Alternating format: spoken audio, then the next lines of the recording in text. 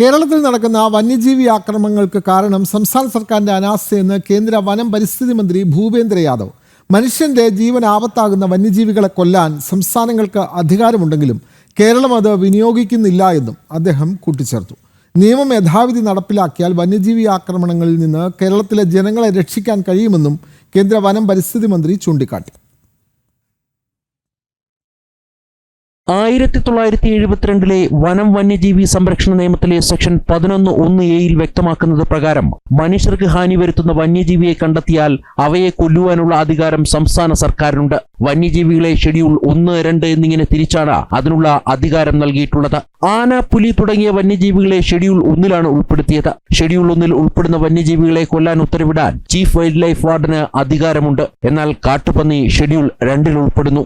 മനുഷ്യർക്ക് നാശം വിതയ്ക്കുന്ന കാട്ടുപന്നികളടക്കം ഷെഡ്യൂൾ 2-ൽ ഉൾപ്പെടുന്ന വന്യമൃഗങ്ങളെ ചീഫ് വൈൽഡ് ലൈഫ് വാർഡനോ അദ്ദേഹം നിയോഗിക്കുന്ന സംസ്ഥാന സർക്കാരിലെ ഏതെങ്കിലും ഉദ്യോഗസ്ഥനോ കൊല്ലാൻ ഉത്തരവിടാം. അത്തരം വന്യമൃഗങ്ങളെ തിരിച്ചറിഞ്ഞാൽ അതിനെ കൊല്ലാൻ കേന്ദ്രത്തിന്റെ ഒരു തരത്തിലുള്ള അനുമതിയും വേണ്ടെന്ന് കേന്ദ്ര വനം പരിസ്ഥിതി മന്ത്രി ഭൂപേന്ദ്ര യാദവ് പറഞ്ഞു.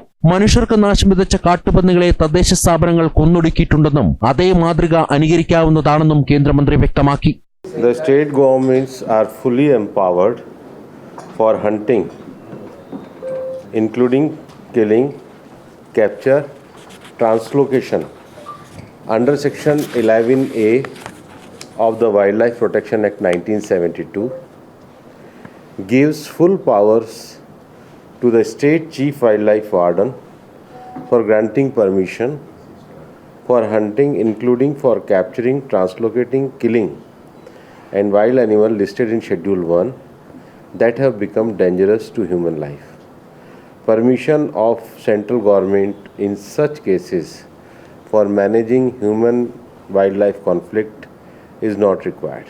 പന്നിക്ക് വെച്ച കമ്പിവേലിയിൽ നിന്ന് വൈദ്യുതാഘാതമേറ്റ് അനന്തു മരിക്കാനിടയായ സംഭവം സംസ്ഥാന സർക്കാരിന്റെ അനാസ്ഥയാണെന്ന് കേന്ദ്രമന്ത്രി വ്യക്തമാക്കി. കമ്പിവേലികൾ സ്ഥാപിക്കുന്നതുമായി ബന്ധപ്പെട്ട് കേന്ദ്ര സർക്കാരിന്റെ മാർഗനിർദ്ദേശങ്ങൾ നടപ്പാക്കാൻ സംസ്ഥാന സർക്കാർ തയ്യാറാകുന്നില്ലെന്നും ഭൂപേന്ദ്ര യാദവ് ചൂണ്ടിക്കാട്ടി.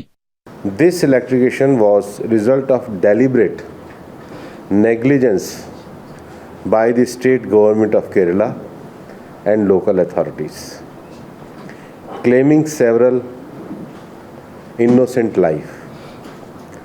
To handle this issue, the center has provided guidelines to the state to implement few measures.